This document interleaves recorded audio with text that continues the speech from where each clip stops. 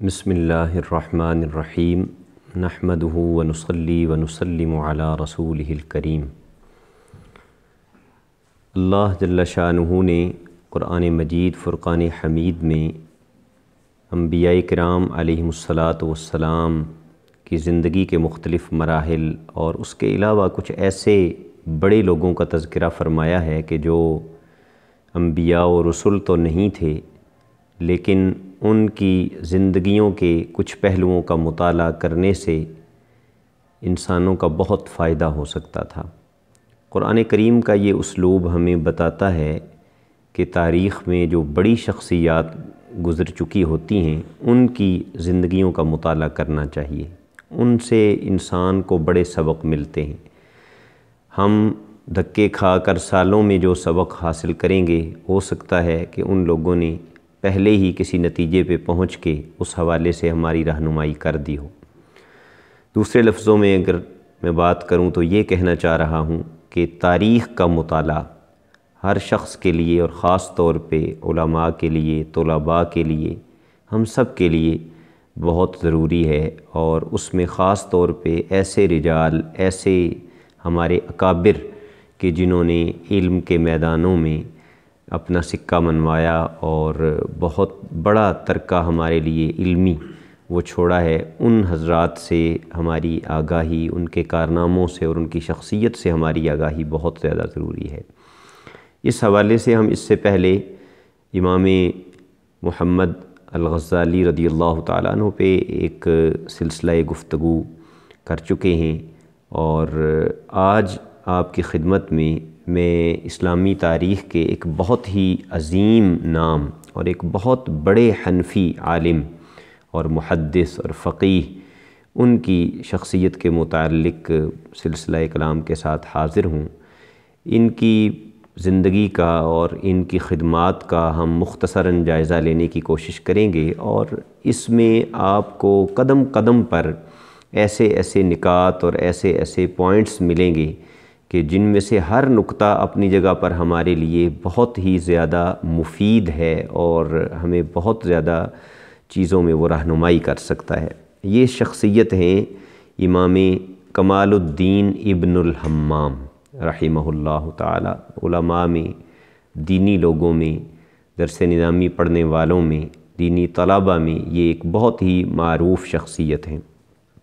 ان کی ولادت 790 ہجری میں یعنی 8ویں صدی کے آخری دہائی میں ہوئی ہے، اور 861 ہجری میں انہوں نے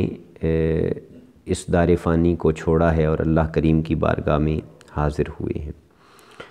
تو ان کا نام نامی اسم گرامی محمد ہے، اور ان کے والد محترم کا نام عبد الواحد ہے، اور ان کا جو اصل علاقہ تھا وہ تو تھا اناطولیہ، یہ ترکی میں، اور وہاں سے پھر یہ ان کے جو دادا تھے وہ ہجرت کر کے مصر کا ایک شہر ہے اسکندریہ وہاں آ گئے، اور ان کے دادا پردادا بھی قاضی تھے، وقت کے جج تھے، اور بہت پڑھے لکھے اور بہت عالم فاضل لوگ تھے۔ تو ان کے جو والد تھے عبد الواحد، امام ابن حمام کے والد، تو ان کو اس دور میں چونکہ یہ جو جج کا عہدہ ہے، قاضی جو مقرر کیے جاتے تھے تو یہ بادشاہوں کی طرف سے کیے جاتے تھے، اور پھر چونکہ اہل اسلام کے 4 فقہی مکاتب فکر ہیں، حنفی، شافعی، مالکی اور حنبلی، تو جس علاقے میں جس فقہ کے ماننے والوں کی کثرت ہوتی تو وہاں عدالت میں اسی فقہ کے جو جج ہیں، علماء، وہ مقرر کیے جاتے۔ تو عبد الواحد اسی سلسلے میں قاہرہ آئے حنفی فقہ کی قضاء کے لیے اور جج بننے کے لیے، اور پھر وہاں سے ان کو اسکندریہ کا قاضی بنا کر اسکندریہ بھیجا گیا۔ اس طرح اس خاندان کا مصر کے شہر اسکندریہ سے تعلق قائم ہوا، اور در حقیقت یہ اللہ تعالیٰ ایک خاص سمت میں حالات کو لے جانا چاہ رہا تھا۔ وہاں ایسا ہوا کہ سکندریہ میں ایک بہت ہی مشہور قاضی صاحب تھے، جج صاحب تھے، جن کو قاضی مالکی مغربی کہا جاتا تھا۔ مغرب وہی ہے جس کو آج کل مراکش کہا جاتا ہے۔ تو وہاں کے وہ رہنے والے تھے اور وہ بھی قضاء کے سلسلے میں اسکندریہ آئے ہوئے تھے اور وہ بھی بہت بڑا علمی خاندان تھا۔ تو ابن حمام کے والد محترم عبد الواحد کی شادی ان کی بیٹی سے ہوئی، اور جب شادی ہوئی اور ابن الحمام پیدا ہوئے تو یہ ابھی 10 برس کے ہی تھے کہ ان کے والد محترم کا انتقال ہو گیا، فوت ہو گئے اور یہ یتیم ہو گئے۔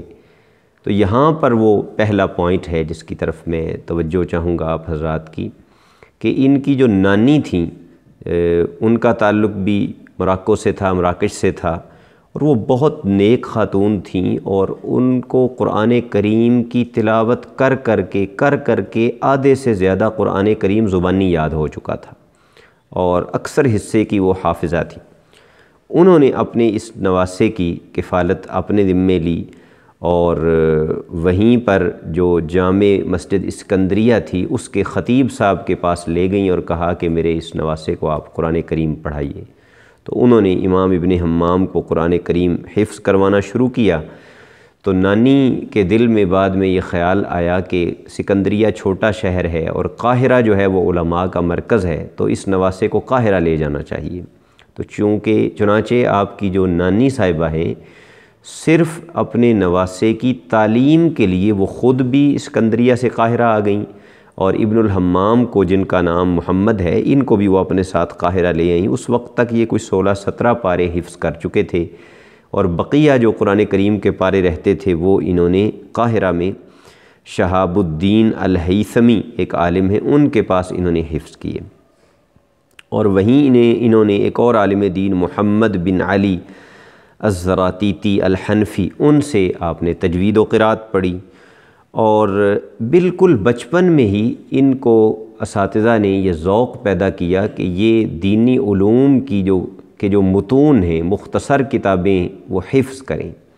اور یہ طلباء کے لیے بڑی ایک دلچسپی کی بات ہے کہ امام ابن الحمام نے بچپن میں ہی مختصر القدوری، منار الانوار جو نور الانوار کا متن ہے،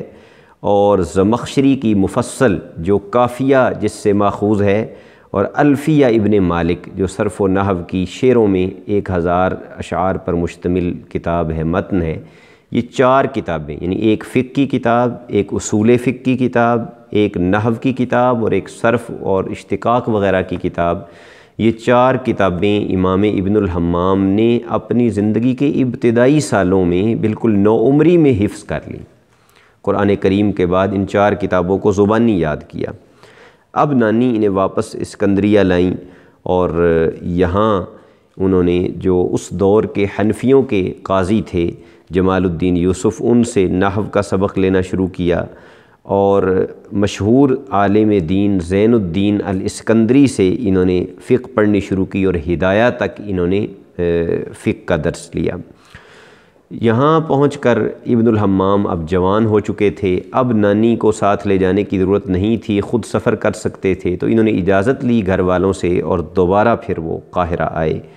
اور یہاں انہوں نے اپنے وقت کے ایک بہت ہی بڑے عالم اور اسلامی تاریخ کا بہت بڑا نام اصول فقہ کے اندر اور مقاصد الشریعہ کے علوم کے اندر جن کا بہت بڑا نام ہے، وہ ہے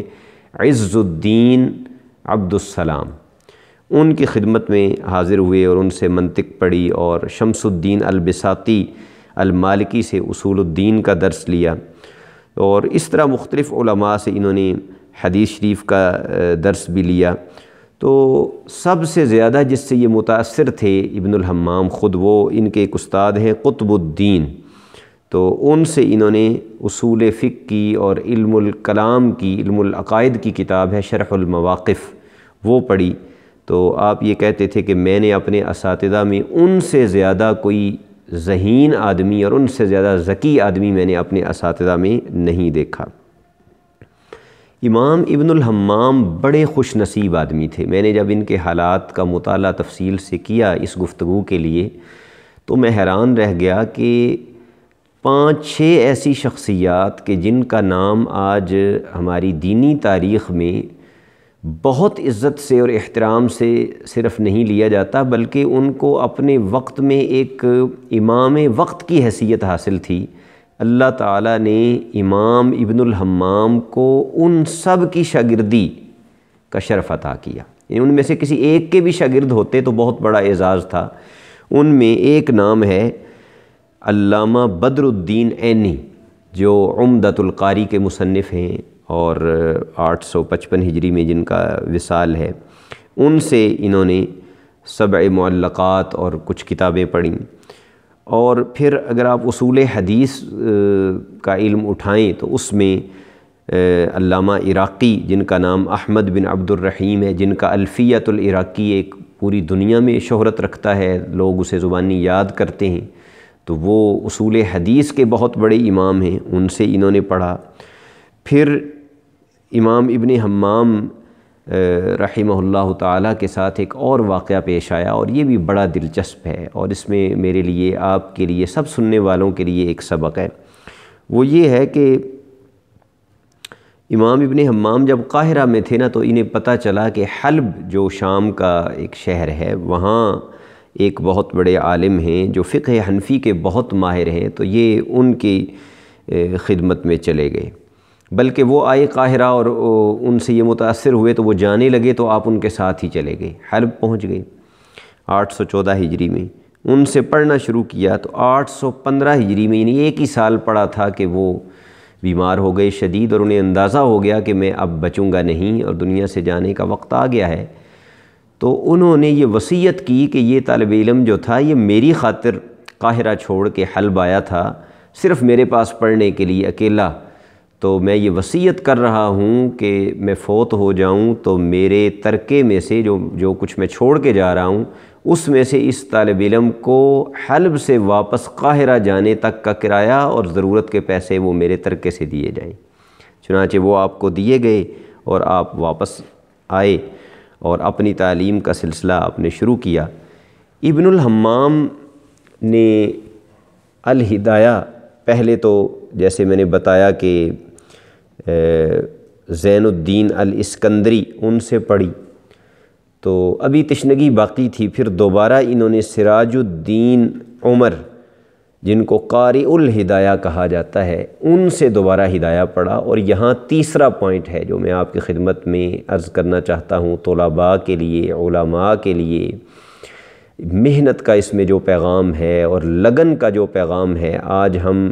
کتابوں کے مطالعے سے عاری ہوتے جا رہے ہیں، اور پڑھنا ہمیں موت نظر آتا ہے کہ کون بیٹھے اور کون کتاب کھولے۔ تو یہ جو امام ابن حمام کے استاد ہیں، جن کا نام سراج الدین عمر ہے اور جن کو قاری الہدایہ، یعنی ہدایہ کے قاری کہا جاتا ہے، ان کو قاری الہدایہ کہنے کی وجہ یہ ہے کہ یہ جو سراج الدین عمر ہیں، انہوں نے اپنے استاد محترم جن کا نام اکمل الدین تھا، ان سے 16 مرتبہ ہدایہ مکمل پڑھا۔ آپ شوق کا اندازہ لگائیے ذرا، اور آپ ان کی لگن دیکھیے کہ آج ہم ایک دفعہ پڑھنے سے عاری نظر آتے ہیں، اور انہوں نے 16 مرتبہ ایک ضخیم کتاب جو 4 حصوں پر مشتمل ہے اور کئی 100 صفحات پر، اور بڑی دقیق اور مشکل کتاب سمجھی جاتی ہے، انہوں نے 16 مرتبہ پڑھی، اور اتنی پڑھی کہ ان کو گویا وہ یاد ہو گئی، اور ان کو قاری الہدایہ کہا جانے لگا۔ تو ابن الحمام نے جب ان سے یہ کتاب پڑھی تو اس وقت ان کی عمر 80 سال سے زیادہ تھی، یعنی 16 مرتبہ تو انہوں نے پڑھی تھی، اور پتہ نہیں کتنی درجنوں دفعہ پڑھا چکے تھے، تو کتنے ایکسپرٹ ہوں گے اس کتاب کے جب امام ابن الحمام نے ان سے یہ کتاب پڑھی۔ اس طرح پھر سفر جاری رہا، اور تعلیم، شرعی تعلیم وہ آپ نے حاصل کی۔ تو امام ابن الحمام کے دل میں یہ بھی خیال آیا کہ اب میں نے علم تو حاصل کر لیا ہے، لیکن اب کچھ توجہ، خصوصی توجہ، ویسے تو ابتدا سے تھی، ماں باپ نیک تھے، نانی بہت نیک تھیں، خاندان بہت صالح خاندان تھا، لیکن خیال آیا کہ خاص طور پہ اپنی اصلاح قلب کی طرف اور اصلاح باطن کی طرف مجھے متوجہ ہونا چاہیے۔ تو شیخ برہان الدین الشافعی اور شیخ زین الدین الخوافی، ان 2 بزرگوں سے آپ نے باقاعدہ سلسلہ تصوف میں بیعت کی، اور انہیں گزارش کی کہ میری بطور خاص باطنی اصلاح کیجیے اور اخلاقی طور پہ مجھے آپ تربیت میری فرمائیے۔ تو انہوں نے کہا کہ ٹھیک ہے، پھر آپ ہمارے ساتھ آئیں اور ہم بیت المقدس چلتے ہیں۔ تو پھر آپ ان کے ساتھ بیت المقدس گئے، اور وہاں بہت عرصہ آپ نے عبادت و ریاضت کی، دعائیں مانگیں، اعتکاف کیے، روزے رکھے اور اپنی باطنی اصلاح اور خاص باطنی طہارت کا اہتمام فرمایا۔ ایک اور بہت بڑی شخصیت جو ایک علم کا پہاڑ نظر آتے ہیں، امام ابن حمام کی یہ خوش نصیبی ہے کہ یہ ان کے بھی شاگرد ہیں، اور وہ کون ہیں؟ وہ ہیں امام ابن حجر عسقلانی، جن کو امیر المومنین فی الحدیث کہا جاتا ہے، شیخ الاسلام کہا جاتا ہے۔ وہ بھی ابن الحمام کے استاد ہیں، اور انہوں نے جب ابن الحمام کو اجازت عطا فرمائی، یعنی سند دی، تو سند میں ان کے لیے العالم العلامۃ الفاضل کے الفاظ لکھ کر ان کو سند حدیث عطا فرمائی۔ اور یہ اس دور کی بات ہے کہ جب جھوٹے لقب نہیں دیے جاتے تھے، اور جب نقیب محافل جو تھے وہ زمین و آسمان کے قلابے نہیں ملاتے تھے، جو کہا جاتا تھا وہ حقیقت پر مبنی ہوتا تھا۔ تو اب وہ مرحلہ آیا کہ ابن الحمام اپنی دینی علوم کی تحصیل اور سے فارغ ہوئے، تکمیل کی ان کی، اور باطنی اصلاح بھی ان صوفیاء کرام سے کی۔ تو اس کے بعد آپ نے عملی میدان میں جب آنے کا ارادہ کیا، تو سب سے پہلے آپ کو پڑھائی کے فوراً بعد قاضی کے عہدے کی آفر ہوئی، چونکہ آپ کے باپ، آپ کے دادا، آپ کے نانا، اس دونوں خاندان ننہال بھی اور ددھیال بھی دونوں قاضی تھے، جج فیملی تھی۔ تو آپ کو بھی یہ آفر ہوئی۔ آپ کے ایک استاذ تھے، وہ جج تھے، تو انہوں نے کہا کہ آپ میرے نائب بن جائیں، لیکن آپ نے بہت معذرت کر لی اور فرمایا کہ میں ابھی اپنے آپ کو اس ذمہ داری کے قابل نہیں سمجھتا۔ اور کچھ ہی عرصے بعد پھر آپ کو دوبارہ ایک درس میں، ایک ادارے میں درس تفسیر پڑھانے کے لیے بادشاہ کی طرف سے آفر ہوئی، جسے آپ نے قبول فرمایا۔ اور یہ جو مسند درس تھی تفسیر والی، یہ کوئی معمولی نہیں تھی۔ اصل میں ایک بہت مشہور بادشاہ گزرا تھا، ملک منصور، جس نے یہ خاص درسگاہ قائم کی تھی کہ وہاں اس دور کا جو سب سے بڑا عالم ہوتا تھا، اس کو تفسیر قرآن بیان کرنے کے لیے حکومت وقت کی طرف سے مقرر کیا جاتا تھا، اور بڑے بڑے فقہاء، بڑے بڑے محدثین، بڑے بڑے اہل علم اس مجلس درس میں حاضر ہوا کرتے تھے۔ تو اس سے پہلے امام ابن حمام کے ایک استاذ تھے صدر الدین ابن العجمی، وہ اس عہدے پہ تھے۔ وہ جب بہت بوڑھے ہو گئے، کمزور ہو گئے، تو انہوں نے یہ عہدہ چھوڑا، تو پھر امام ابن الحمام کو یہاں مقرر کیا گیا۔ اور یہ بڑی خوبصورت ایک روایت ہے اور بڑی ایک پیاری ٹریڈیشن ہے جس کا میں ذکر کرنے لگا ہوں، کہ جب ان کا تقرر ہوا وہاں، تو پہلا جو درس تھا جو انہوں نے وہاں دینا تھا، تو اس میں بطور خاص پورے شہر کے علماء کو مدعو کیا گیا، ایک سیرمنی جیسے ہوتی ہے آغاز کی، تو وہ کی گئی۔ تو اس میں امام ابن الحمام کے جتنے بھی اساتذہ تھے وہ سارے کے سارے آئے، امام ابن حجر عسقلانی، علامہ بدر الدین عینی اور دیگر علماء اس میں موجود تھے۔ اور آپ، حالانکہ وہ مسند آپ کے لیے بچھائی گئی ابن الحمام کے لیے، جس پہ بیٹھ کے ایک ریت چلی آ رہی تھی کہ درس دیا جاتا تھا، لیکن اپنے اساتذہ کے احترام میں امام ابن الحمام اس مسند پہ نہیں بیٹھے، اور آپ نے فرمایا کہ میں نیچے ہی بیٹھوں گا۔ سب کے ساتھ بیٹھ کے آپ نے یہ آیہ مبارکہ پڑھی، یؤتی الحکمۃ من یشاء، اور اس پہ آپ نے گفتگو جب شروع کی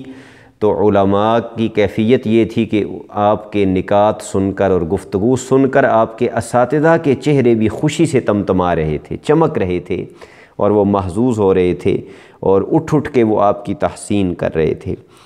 تو اس طرح اللہ تبارک و تعالی نے امام ابن الحمام کو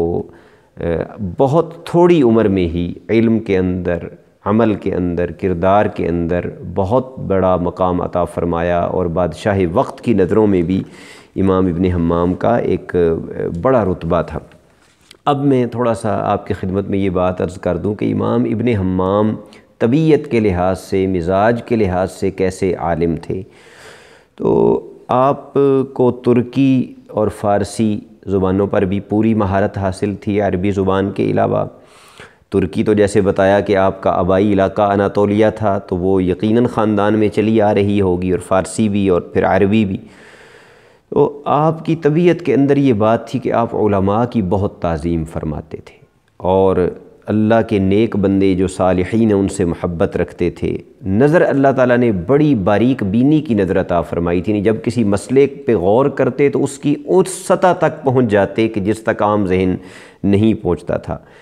امر بالمعروف اور نہی عن المنکر، نیکی کا حکم دینا اور برائی سے روکنا، اس معاملے میں اتنے غیرت مند تھے کہ بادشاہ وقت کو بھی خاطر میں نہیں لاتے تھے۔ اگر بادشاہ بھی کوئی غلط کام کرتا تو برملا اسے ٹوک دیتے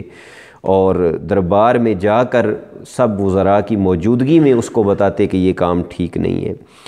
آپ کے اخلاق کے حوالے سے ایک واقعہ بڑا خوبصورت ذکر کیا گیا ہے کہ آپ کے ہم زمان ایک عالم تھے شہاب الدین ابن العطار، تو انہیں کسی وجہ سے آپ کے ساتھ کوئی ان کی لگتی نہیں تھی،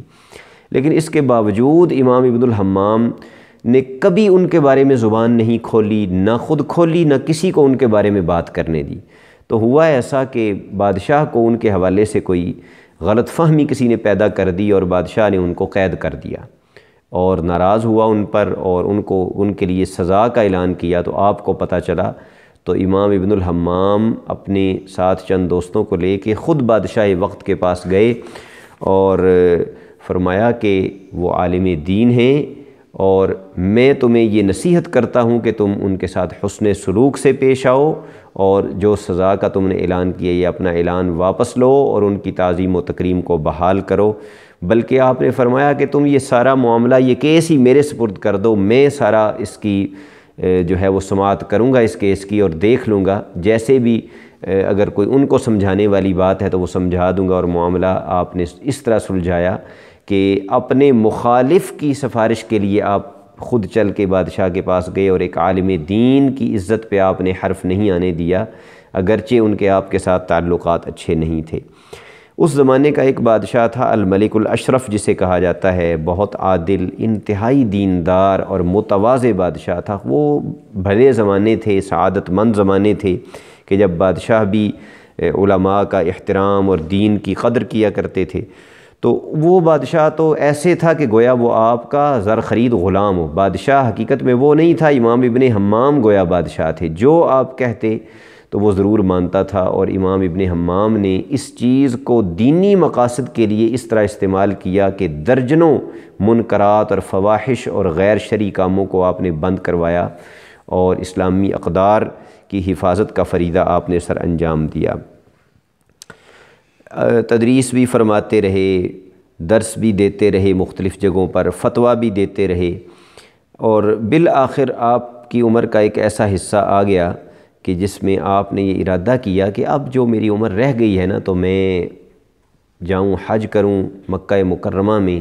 اور مدینہ طیبہ حضور کے دربار پہ حاضری دوں، اور جو عمر میری رہ گئی ہے وہ وہیں پہ اب گزر جائے حرمین شریفین میں۔ تو آپ 858 ہجری میں آپ نے تدریس ترک کی اور لوگوں کو بتا دیا کہ اب میں مکہ مکرمہ میں ہی اپنا باقی وقت گزاروں گا۔ حج کیا، لیکن حج کے بعد آپ اتنے شدید بیمار ہوئے کہ چارپائی سے اٹھنا بھی محال ہو گیا اور مسجد حرم شریف تک جانا بھی ناممکن ہو گیا۔ تو پھر آپ نے فرمایا کہ اس حالت میں اب یہاں میرا رہنا مناسب نہیں، تو پھر آپ کو چارپائی پہ اٹھا کے واپس قاہرہ لایا گیا مصر میں، اور یہیں پہ آپ کا وصال ہوا اور بادشاہ وقت نے آپ کی چارپائی کو کندھا دیا اور جنازے میں وہ شریک ہوا، اور آپ کو مصر کے ایک بہت مشہور اللہ کے ولی اور صوفی کامل اور عالم ہیں شیخ ابن عطاء اللہ، ان کے پہلو میں آپ کو دفن کیا گیا۔ آپ بہت چوٹی کے حنفی فقیہ تھے،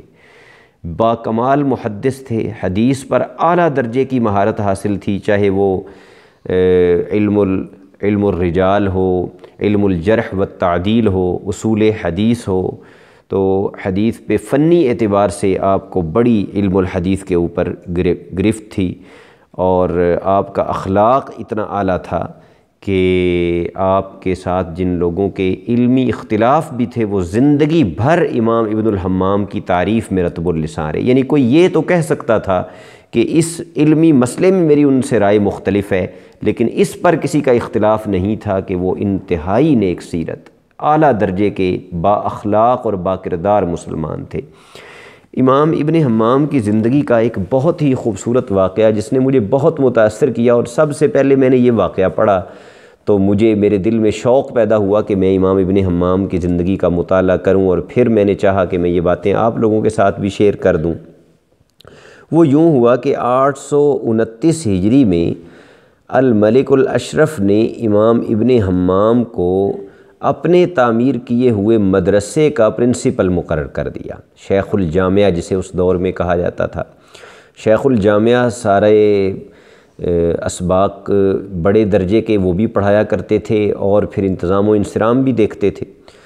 اور اس وقت امام ابن حمام کی عمر صرف 39 سال تھی جب ان کو اس کا پرنسپل لگا دیا بادشاہ نے۔ تو لوگوں نے کہا کہ یہ بالکل نوجوان ہے ابھی تک، تو آپ کسی بزرگ عالم کو لگائیں۔ تو الملک الاشرف کو اتنی محبت تھی اور آپ کے کردار اور آپ کے علم پہ اتنا بھروسہ تھا کہ اس نے کسی کی نہ سنی، اور اس نے آپ کو شیخ الجامعہ لگا دیا۔ اب بادشاہ خود نیک بھی ہوں تو ان کے ارد گرد جو وزراء ہوتے ہیں، جو بیوروکریسی ہوتی ہے، جو افسران بالا ہوتے ہیں، تو ان میں ہر طرح کے لوگ ہوتے ہیں۔ تو ایک محکمہ مال کا جو آفیسر تھا بہت بڑا، تو اس کو امام ابن حمام سے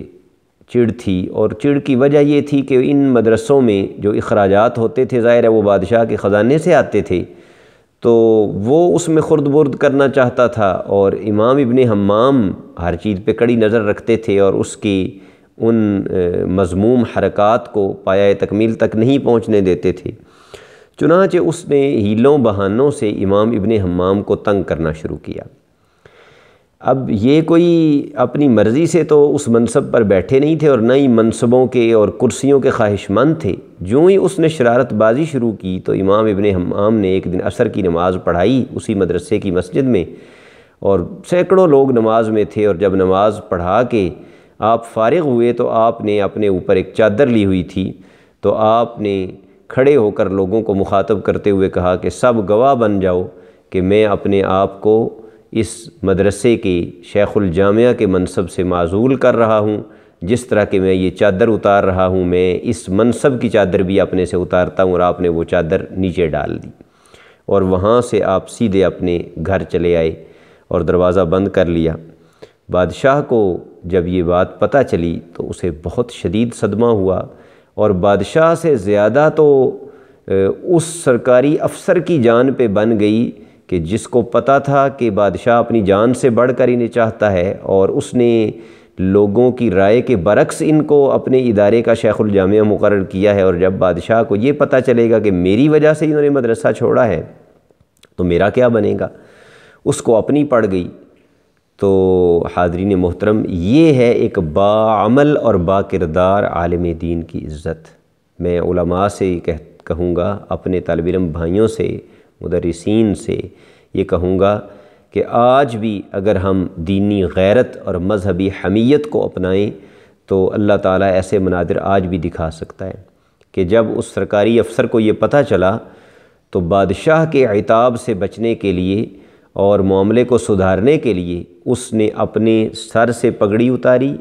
پاؤں سے جوتے اتارے، ننگے سر ننگے پاؤں اپنے گلے میں پٹکا ڈال کر وہ امام ابن حمام کے دروازے پہ آیا اور دستک دی، اور جب آپ واپس آئے تو باہر آئے تو وہ آپ کے قدموں میں گرا اور کہا کہ آپ مہربانی فرمائیے اور چل کے واپس اسی منصب کو پہ بیٹھیے اور اس کو شرف بخشیے۔ اگر بادشاہ کو یہ پتہ چلا کہ میری وجہ سے یہ سارا معاملہ ہوا ہے تو میں تو کہیں کا نہیں رہوں گا۔ تو امام ابن الحمام نے فرمایا کہ میں بادشاہ کو کہہ دوں گا، وہ تجھے کچھ نہیں کہے گا، لیکن فرمایا انی لم اترکھا بسببک بل للہ تعالی، میں نے تیری وجہ سے نہیں چھوڑا، میں نے اللہ کی رضا کے لیے ہی اسے اپنایا تھا اور اللہ کی رضا کے لیے ہی چھوڑا ہے، لہٰذا تجھے میں بچا لوں گا بادشاہ سے، لیکن جہاں تک اس منصب پہ واپس جانے کا تعلق ہے تو اس کو میں واپس قبول نہیں کرتا۔ در حقیقت آپ کو سمجھ آ گئی تھی کہ اس طرح کے مناصب میں لوگ کھل کے کام نہیں کرنے دیں گے اور تنگ کریں گے اور وقت ضائع کریں گے، اس لیے آپ نے کسی بادشاہی مدرسے میں پھر کوئی عہدہ قبول کرنا مناسب نہ سمجھا۔ اس کے بعد بڑی دلچسپ صورتحال پیش آئی، اور یہ بھی ہمارے لیے سبق ہے کہ جب آپ کو بادشاہ نے ڈھیر منت کی کہ آپ آ جائیں واپس، آپ نے فرمایا کہ نہیں، ایک ہی بات ہے، اب میں واپس نہیں آؤں گا، تو بادشاہ نے یہی عہدہ اور یہی منصب آپ ہی کے ایک ہم عصر عالم تھے شمس الدین ابن الجندی، ان کو کہا کہ آپ اس مسند کے لائق معلوم ہوتے ہیں مجھے، اور آپ آ جائیے، اب وہ نہیں آ رہے۔ تو انہوں نے جو جواب دیا نا، وہ ہمارے شعبے کے لوگوں کے لیے بڑا قابل غور و فکر ہے۔ انہوں نے کہا لا نأخذ وظیفۃ صاحبنا، ہمارے دوست کو جس عہدے سے ہٹایا جائے ہم وہ عہدہ نہیں لیا کرتے، ان کی عزت ہماری عزت ہے، ان کا وقار ہمارا وقار ہے، تو میں تو اس عہدے پہ کبھی بھی نہیں بیٹھوں گا جس عہدے سے آپ نے ہمارے عہد کی ایک ممتاز علمی شخصیت کو اور ہمارے ایک ساتھی کو اس برے طریقے سے ہٹایا ہے۔ تو انہوں نے بھی انکار کر دیا۔ اور پھر ایک اور عالم تھے امین الدین الاقصرائی، بادشاہ ان کے پاس گیا، انہوں نے بھی یہی جواب دیا۔ یعنی حالت یہ تھی کہ بادشاہ پیچھے پیچھے پھر رہا تھا اور یہ لوگ کہہ رہے تھے کہ نہیں، تمہیں اپنے رویوں پہ غور کرنا ہوگا۔ اور جب امام ابن حمام کو یہ پتہ چلا تو آپ نے امین الدین الاقصرائی کو پیغام بھیجا کہ اب یہ عہدہ خالی بھی تو نہیں چھوڑنا، آخر کسی نہ کسی نے تو اس پہ رہنا ہے، تو میں آپ سے یہ درخواست کرتا ہوں کہ آپ اس عہدے کو قبول کر لیں۔ تو پھر انہوں نے وہ عہدہ قبول کیا۔ تو یہ ہے امام ابن الحمام کی مختصر داستان حیات، جس میں اساتذہ کا ادب بھی ملتا ہے، جس میں علم کی تڑپ بھی ملتی ہے، جس میں اساتذہ کی اپنے شاگردوں پر شفقت بھی ملتی ہے، جس میں نانی کا اپنے نواسے کے لیے پیار اور اس کی تعلیم اور تربیت کا اہتمام وہ بھی نظر آتا ہے۔ آخر میں امام ابن الحمام کی 3 کتابوں کا مختصر تعارف کرانا چاہتا ہوں۔ ایک تو وہ کتاب ہے جس نے ابن الحمام کو ابن الحمام بنایا اور متعارف کرایا، اور وہ آپ سب جانتے ہیں کہ وہ ہدایہ کی شرح ہے فتح القدیر، جو اپنی فنی حیثیت میں ایک ایسی کتاب ہے کہ فقہ حنفی میں شاید اس جیسی بہت کم کتابیں لکھی گئی ہیں۔ یہ آپ نے سلطان برسبائی ایک بادشاہ تھا، اس کے مدرسہ میں دوران تدریس لکھی۔ اس میں آپ نے اس کتاب کی خصوصیت یہ ہے کہ صاحب ہدایہ نے ہدایہ میں فقہ حنفی کے جو مسائل بیان کیے ہیں اور ان کے دلائل دیے ہیں، امام ابن حمام نے ان دلائل کی مزید توضیح تشریح بھی کی ہے، اور جہاں دلائل میں کوئی کمی رہ گئی تھی یا مزید دلائل کا اضافہ کیا جا سکتا تھا وہ آپ نے کیا ہے، اور بطور خاص فقہ حنفی کو احادیث نبویہ کی روشنی میں ثابت کیا ہے۔ یہ اس کتاب کی بہت بڑی خصوصیت ہے۔ اور آپ جب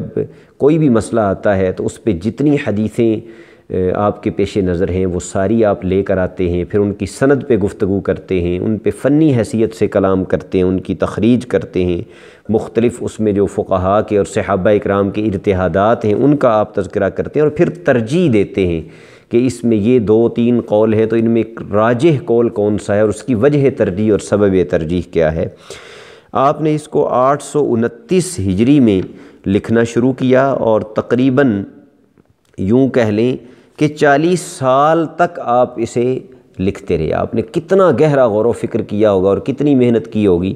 لیکن آپ اس کو مکمل نہ فرما سکے۔ باب الوکالہ تک پہنچ کے آپ کا وصال ہو گیا، اور پھر آپ کے بعد ایک اور عالم دین احمد بن محمود نے اس کو مکمل کیا۔ تو فتح القدیر کو اہل علم ہی جانتے ہیں کہ وہ صحیح معنوں میں فتح القدیر ہے۔ اللہ رب العالمین کی طرف سے ایک بہت بڑا رحمت کا دروازہ ہے جو کھلا ہے آپ کے وسیلے سے حنفیوں کے لیے اور اہل ایمان کے لیے۔ دوسری آپ کی بہت بڑی کتاب اور بہت بڑا کارنامہ وہ اصول الفقہ کی کتاب ہے جس کا نام ہے التحریر۔ اصول فقہ میں ایک حنفیوں کا میتھڈ ہے اور ایک شوافے کا ہے، دونوں کے طریقے میں منہج میں تھوڑا تھوڑا فرق ہے۔ تو امام ابن الحمام چونکہ فقہ حنفی فقہ شافعی دونوں کے ماہر تھے، تو آپ نے ان دونوں کے اصول فقہ کو اس کتاب کے اندر جمع کیا، اصول فقہ حنفی اور اصول فقہ شافعی، ان کی اصطلاحات اور ان کے مسائل کو۔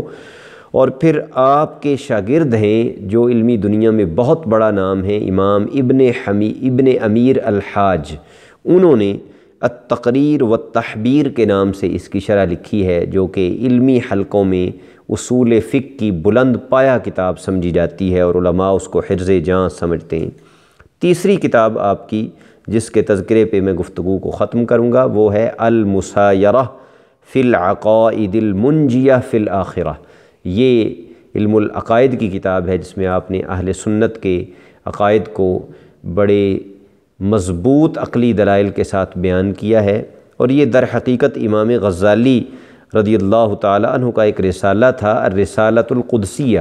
اس کا اختصار ہے، اس کے مضامین کو آپ نے سم اپ کیا ہے اور اس میں کچھ مزید نکات کا اور کچھ مزید پوائنٹس کا آپ نے اضافہ کر کے المسائرہ کتاب لکھی ہے، جو آج بھی دینی مدارس کے منتہی طلباء پڑھتے پڑھاتے ہیں۔ اور ابھی یہ چند مہینے پہلے ہمارے عہد کے ممتاز عالم دین، استاذ الاساتذہ اور مدرسین کی صف میں ایک نمایاں نام رکھنے والے شیخ الحدیث علامہ فضل سبحان قادری زید شرفہ و اطال اللہ عمرہ، انہوں نے مسائرہ کا مکمل درس کراچی میں دیا اور جو لائیو دکھایا گیا اور اب بھی وہ سوشل میڈیا پہ موجود ہے۔ تو یہ امام ابن حمام کی بہت ہی شاندار 3 کتابیں ہیں جو علمی دنیا میں ان کے مقام اور مرتبے کو متعین کرتی ہیں۔ عزیز طلباء، معزز سامعین، یہ تھا اسلامی تاریخ کے ایک ایسے فرد کا مختصر تعارف کہ جس نے نہ صرف علم میں اپنا لوہا منوایا بلکہ اپنے کردار کے ذریعے، اپنے پاکیزہ عمل کے ذریعے اور خوبصورت اخلاق کے ذریعے اپنے عہد میں ایک ایسا نام کمایا کہ پرائے بھی اور بیگانے بھی ان کی تعریف میں رطب اللساں ہوئے، اور رہ گیا ان کا علمی سرمایہ، وہ انشاءاللہ قیامت تک ان کے لیے صدقہ جاریہ بنا رہے گا۔ اللہ رب العالمین امام محمد بن عبد الواحد کمال الدین ابن الحمام آپ کی قبر انور پہ اپنی انگنت رحمتوں کا نزول فرمائے۔ 790 ہجری میں آپ کی ولادت ہے، 861 ہجری میں آپ کی وفات ہے۔ انشاءاللہ العزیز اس سلسلہ کلام کو آگے جاری رکھیں گے اور اسلامی تاریخ کے جو بڑے نام ہیں اور جو ہمارے حقیقی ہیروز ہیں ان کے تذکروں کے ساتھ آپ کی خدمت میں حاضر ہوتے رہیں گے۔ اللہ رب العالمین ہمیں ان صالحین کے نقش قدم پر چلنے کی توفیق نصیب فرمائے۔ وما علینا الا البلاغ المبین۔